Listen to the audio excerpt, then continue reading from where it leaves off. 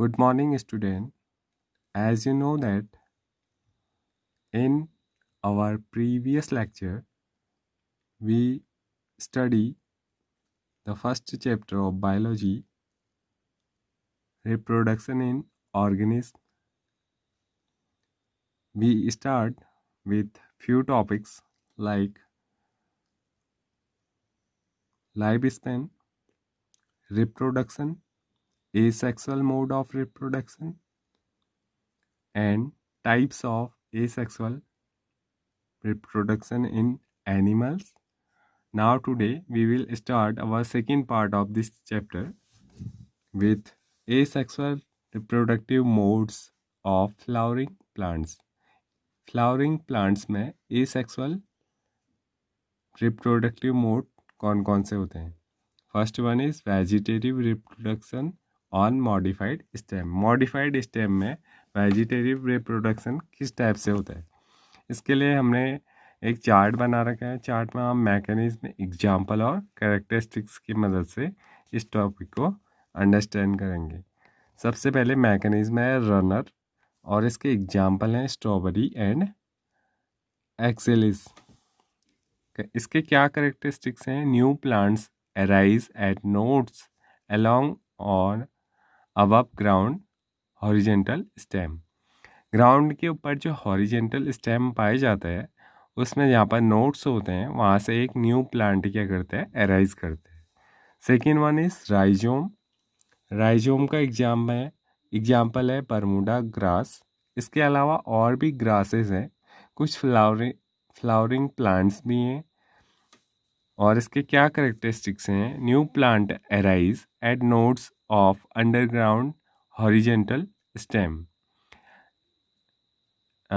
इसका मीनिंग जो प्लांट्स हैं उसमें नोड्स तो हैं but they are underground horizontal stem. इससे पहले हमने रनर पढ़ा था. रनर में क्या पढ़ा था? Above ground horizontal stem.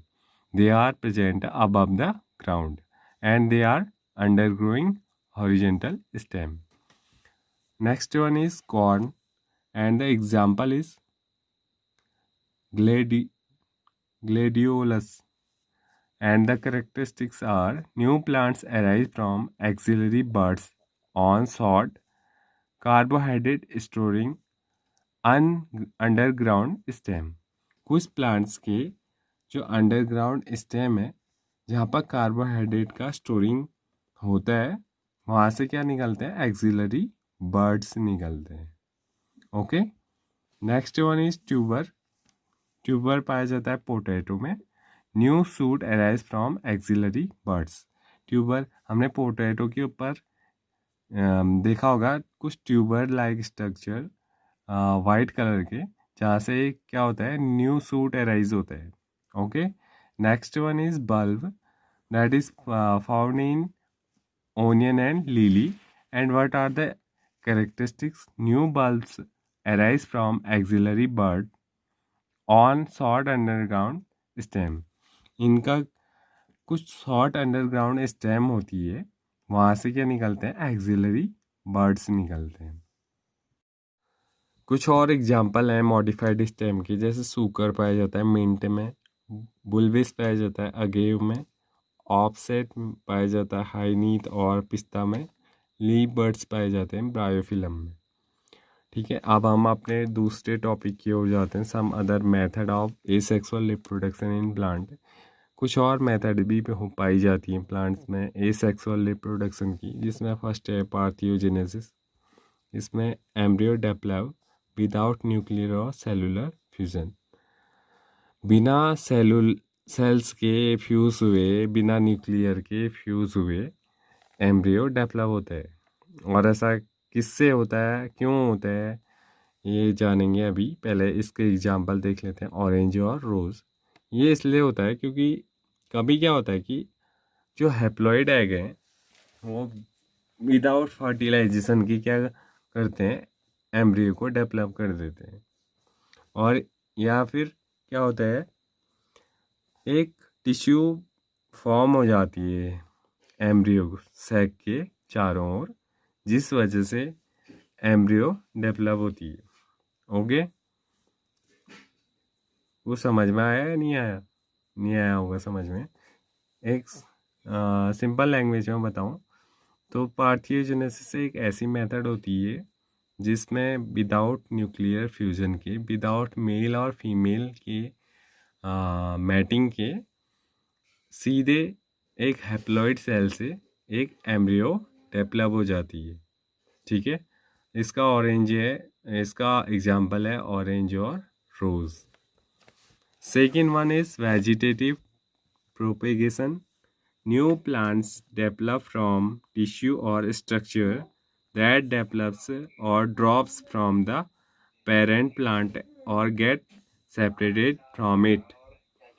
Vegetative propagation में क्या होता है कि एक नया प्लांट डेवलप हो जाता है एक टिश्यू से और स्ट्रक्चर से, कोई भी एक स्ट्रक्चर से, दैट डेवलप्स और drop from the parent plant. जो क्या होता है कि प्लांट की बॉडी से क्या होता है, या तो डेवलप होता है या फिर गिर जाता है उससे, और गेट्स सेपरेटेड फ्रॉम इट, और उससे अलग हो जाता है। और इसका एग्जाम्पल है African violet and jute plant. Jute plant और अफ्रीकन वॉयलेट में एक मेथड पाई जाती है वेजिटेटिव प्रोपेगेशन, जिसमें प्लांट की बॉडी से कोई स्ट्रक्चर डेवलप होता है या फिर कोई पार्ट अलग होकर के एक पूरे नए प्लांट को प्रिपेयर करते हैं। तो इसको क्या बोलते हैं? Vegetative propagation. Next one is tissue culture propagation. New plants include to arise from a parent plant cell that is not irreversibly differentiated। जो नया प्लांट होता है वो कैसे डेवलप होता है? Induced to arise from a parent plant cell that is not irreversibly differentiated. जो differentiated नहीं होता है, जिसमें सिर्फ एक टिश्यू को लिया जाता है, एक टिश्यू को लेकर के उसे कल्चर मीडिया में ग्रो करवाया जाता है और एक पूरा नया प्लांट उससे ग्रो हो जाता है। इसका एग्जाम्पल जो है वो है orchid, lily, wheat, rice, corn and tulip. Okay, I hope you understand this. Our next topic is sexual reproduction. It is the process of formation of new individual through the formation and fusion of male and female gametes. तो sexual reproduction एक ऐसी process है जिसमें mail और female gametes पहले form होते हैं, फिर उनका फ्यूज़न होता है। The offspring are not identical.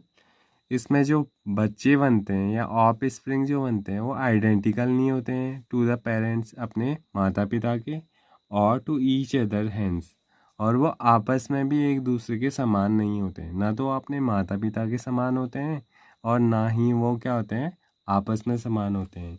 It leads to variation in a population. और इस वजह से जो पॉपुलेशन होती है उसमें क्या दिखाई देती है? विविधता दिखाई देती है।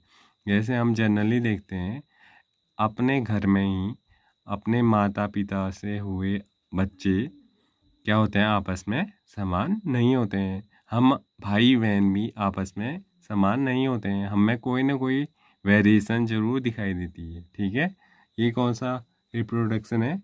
Sexual reproduction. क्या होता है इसमें?